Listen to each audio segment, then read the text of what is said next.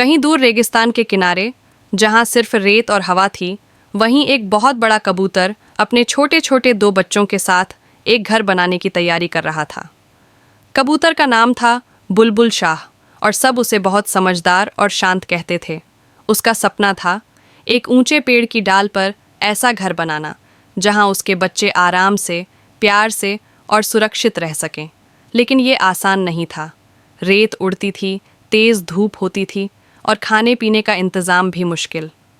फिर भी बुलबुल शाह रोज़ उड़कर दूर दराज से तिनके लाता और उसके बच्चे, छोटा मुनिया और नन्हा टोपी, अपने नन्हे पंजों में पानी भर कर लाते।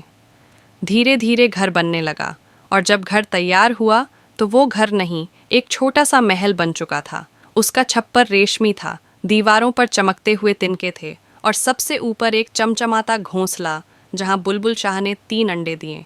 लेकिन ये अंडे आम नहीं थे, ये थे सुनहरे अंडे। शुरू में तो किसी को यकीन नहीं हुआ, पर जब पहली किरण अंडों पर पड़ी, वो सच में धूप जैसी चमक रहे थे। गांव वाले हैरान रह गए, मगर बुलबुल शाह ने कहा, ये कोई जादू नहीं, ये मेहनत, भरोसे और अपने बच्चों की मदद का इनाम है। अब वो परिवार अपने पेड़ के ऊंचे घर में रहता है, हवा के साथ गाता है और हर दिन सूरज उगने से पहले एक नया सपना देखता है। हर शुक्रवार को बुलबुल शाह अपने सुनहरे अंडों में से एक अंडा किसी भूखे कबूतर के घर भेज देता है, ताकि कोई और भी उड़ सके।